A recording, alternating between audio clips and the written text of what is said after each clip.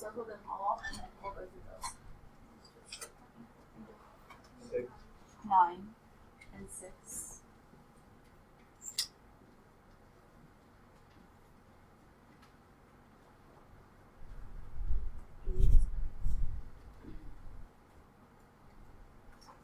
So I think that's a good amount. This would be similar to 4 but with parallel, but if we want to do one of those, we'll go back and do that.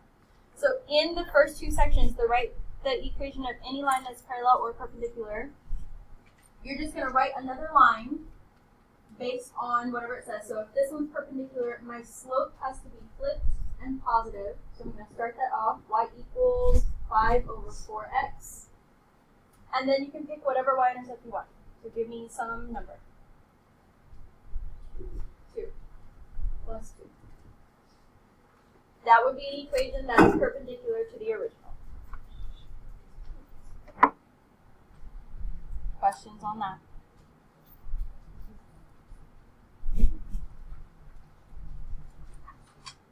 Did we have any questions in the first section before we move on to 6? Okay. For number 6, so yours says this, but mine does not. Make sure you're using point slope for at least one of them. So you could use the slope intercept for one and then point slope for the other, or point slope for all, but you have to use point slope for at least one. So since we have a parallel and then a perpendicular, we'll do point slope for one and then slope intercept for the other. So I'll rewrite what that point slope is.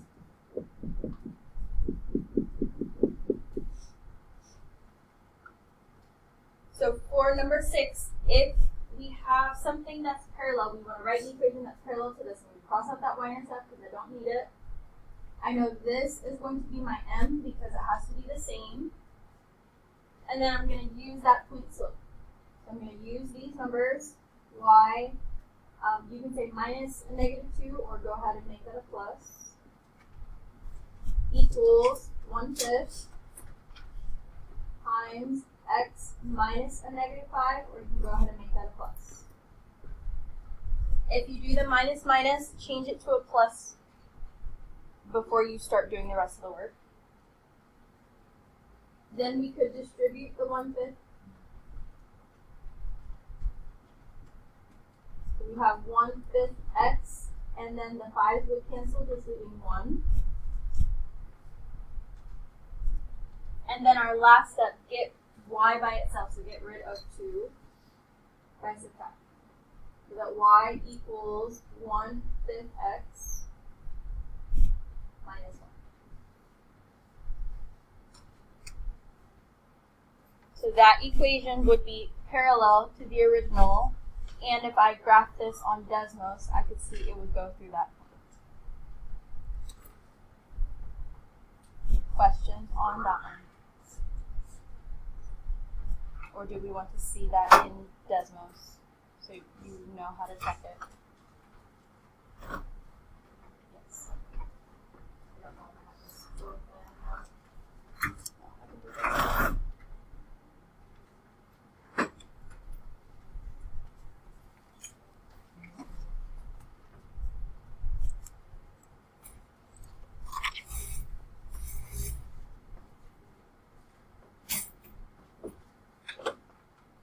So if I type in that original, y equals 1/5 x minus 3, and then I type in my new point,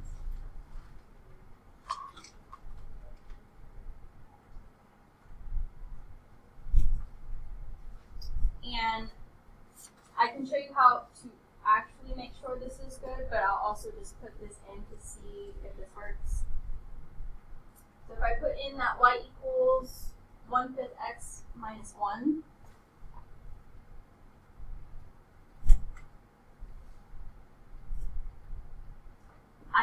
these two lines should not cross, and it should go through that point. And that's a really quick way to see, okay, I did that right. And I could count that. Another way would be to type in y equals mx+b.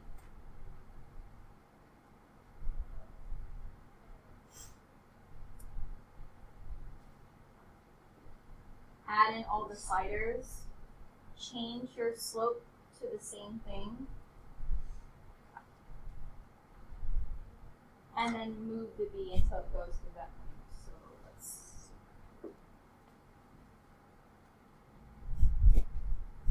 And that would also tell you that same thing. So you could use either, but you still need to show the work. So that's just to check yourself. Questions on that?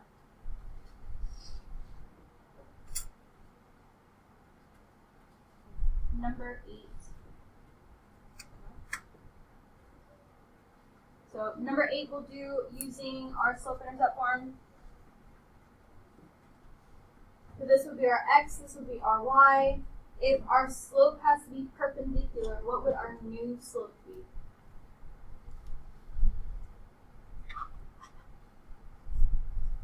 I took that and I flipped it and I made it negative.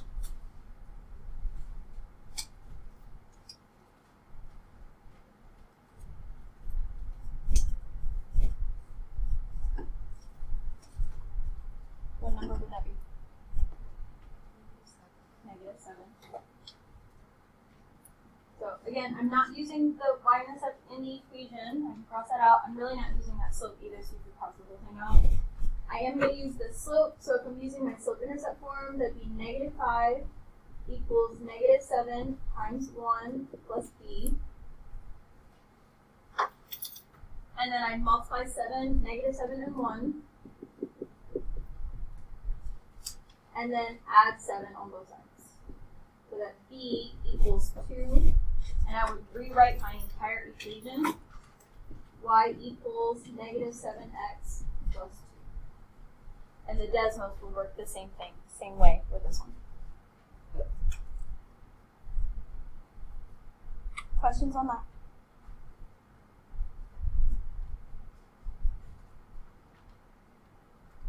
In number 9, we're going to write the equation of this first. Then write the equation that's parallel and then perpendicular. So similar to the first two sections.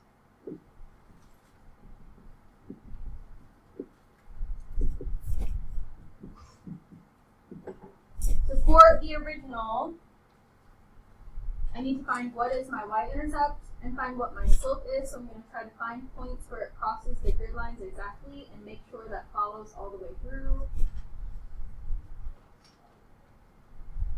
So my slope there, I'm going up 2 over 1. My y-intercept is at -4, so that original would be y equals 2x minus 4. Then if I have to come up with an equation that's parallel, the slope is going to be the same, but I have to have a different y-intercept. Give me some equation that might work.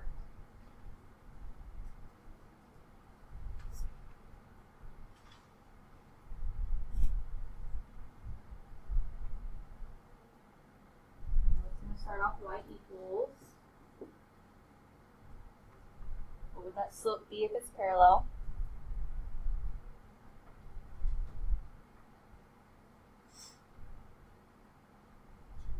So 2x, and then I need a different y-intercept. Give me some other number. 4 plus 6. Okay. Then for b, we're going to make this perpendicular. So what would that perpendicular slope be?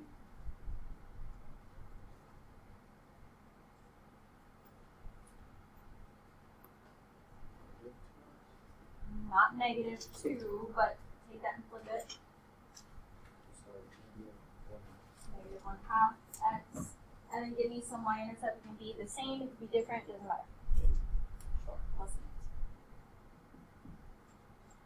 So now I can tell that these are parallel because they have the same slope and different y-intercepts, and these are perpendicular because they have negative reciprocal slopes.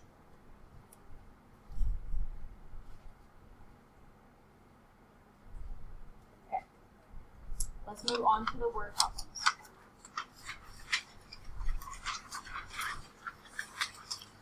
So you'll have one of each type that we've been going over for the last 2 classes. So all of those are listed. We could do one of each. We can do just the ones that are more challenging. Up to you guys. Which of those? I don't know if we'll have time to do one of each. So let's start with the harder ones, the more complicated ones.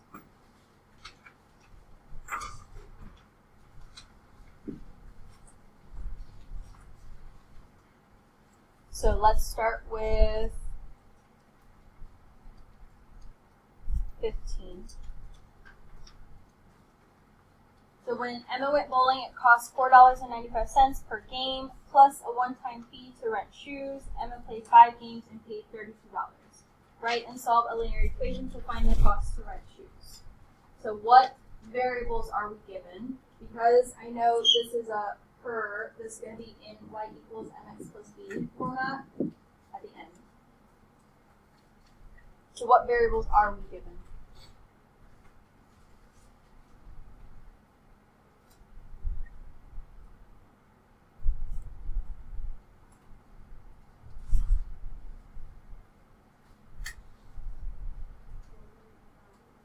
Is which variable? I also skipped this up. We didn't do the important part. Sorry. So 495, 5, 32, and we're trying to find the costs. Those are all important things. The 495 is what variable?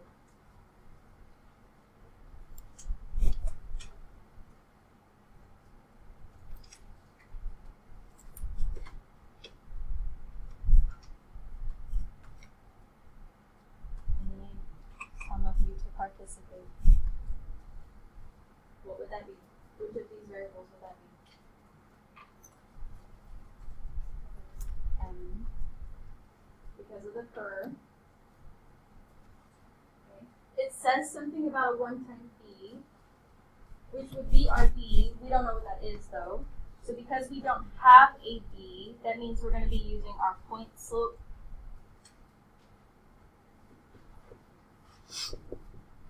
to find what that is. So that means we need to figure out which one is x and which one is y based on the other two numbers.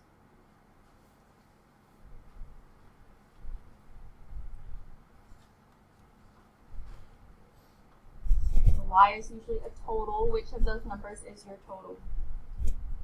32. That'll actually be your y1, meaning 5 is your x1. So then if we have those things, we can start to put this in for our equation, which would be y minus 32 equals 495 times x. I didn't mean to put plus there, I'm going to put minus. Minus 5.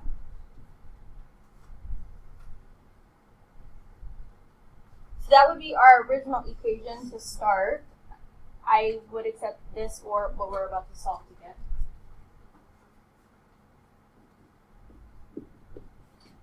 So if we distribute the 495, that would be 495x, and then we have to multiply that by 5.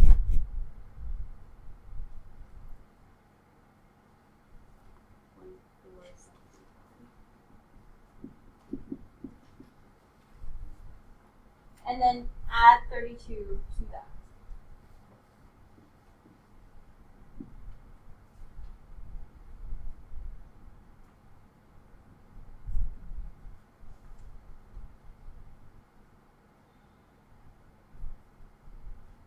Your 725.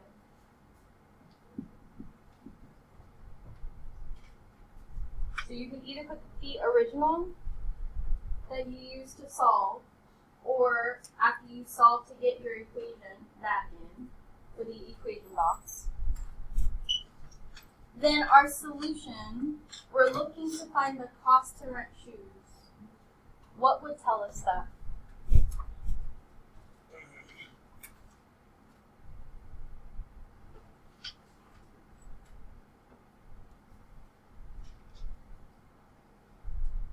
Somewhere in there it says something about renting shoes.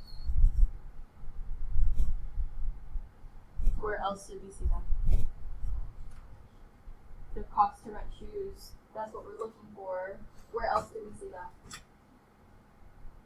One-time fee. The one-time fee, which means our B is our cost to rent shoes. That's $7.25. And since this is a cost, our label would be $.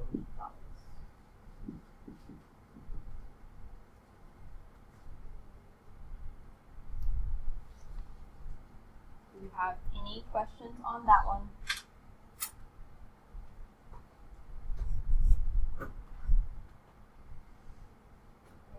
One of the other more complicated ones is 16, because that's the one where we aren't given slope or the y-intercept, and we have to find the slope and then keep going. So in this case, the monthly rent for an 800 square foot office is $975. For an 1100 square foot office, the rent is $1,125. Write and solve a linear equation to find the monthly rent for a 1500 square foot office.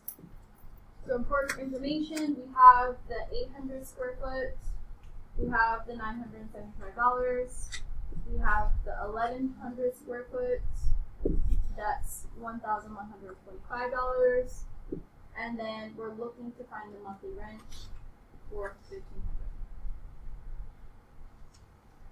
So these two things, one really relates to the other. It's not two different things comparing. So I can say this is x, this is y, this is x, this is y.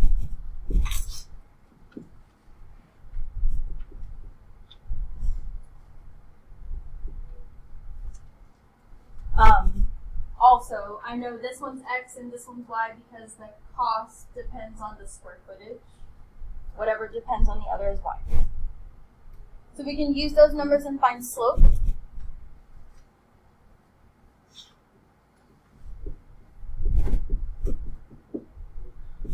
So by doing 1,125 minus 975 over 1,100 minus 800.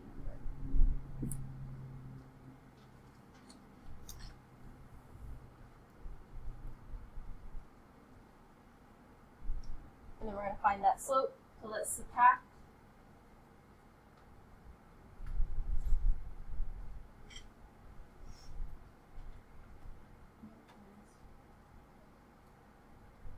That would be 150 over 300, which if I put that in as a fraction, it would be 1/2, or you can put it in as a decimal. So either or.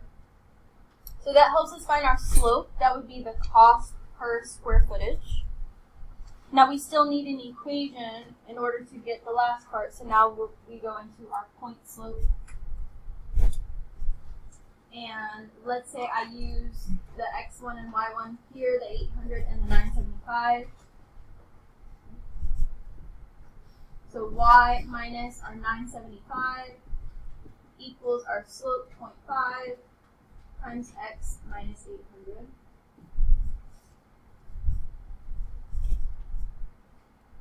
And then distribute the 0.5.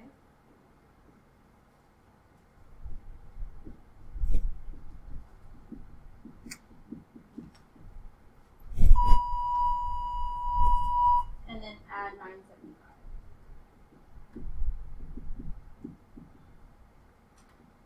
So again, the equation could be your original, which you used to set it up, or this y equals 0.5x plus 575, which would be the answer we get here. And then all of that, we still got to find the solution, which is what is the monthly rent for a 1,500 square foot office. So from the other stuff, I know that square foot is x, so I'm going to put that number in for x.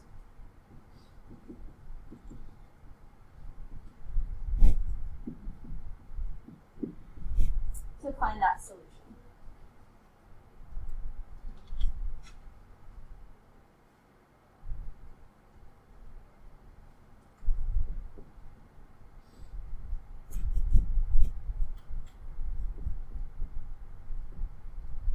So that would be 1325.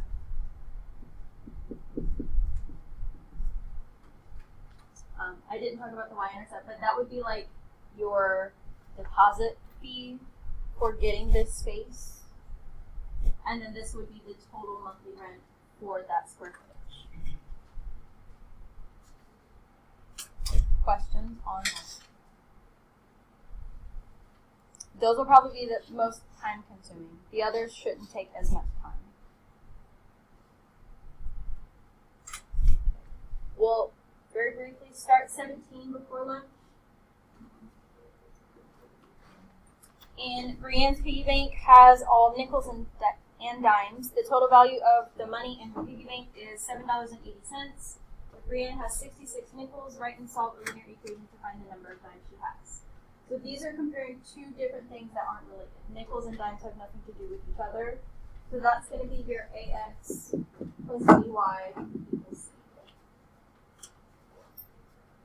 And because we're talking about nickels and dimes, it doesn't give you all the information because it assumes you know the worth of the nickels and dimes. So let's say my A value is going to be the worth of the nickels, so 0.05. And then my B value would be the worth of the dimes, so 0.7. Which means my X has to be something related to nickels, and I have 66. I, again, did not highlight important information. My apologies.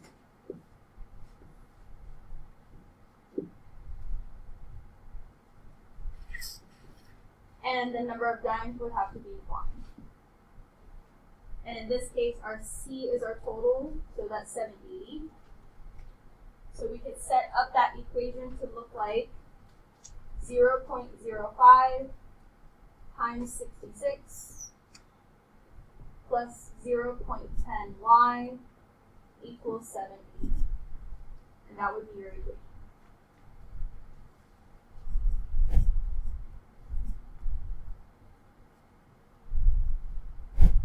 Then you'd be solving for y. If I multiply 0.05 and 66, it would be 3.3.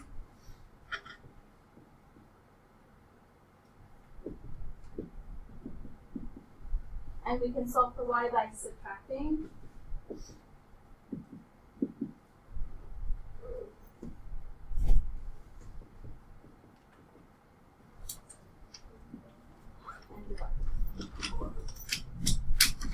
You guys can grab your phone.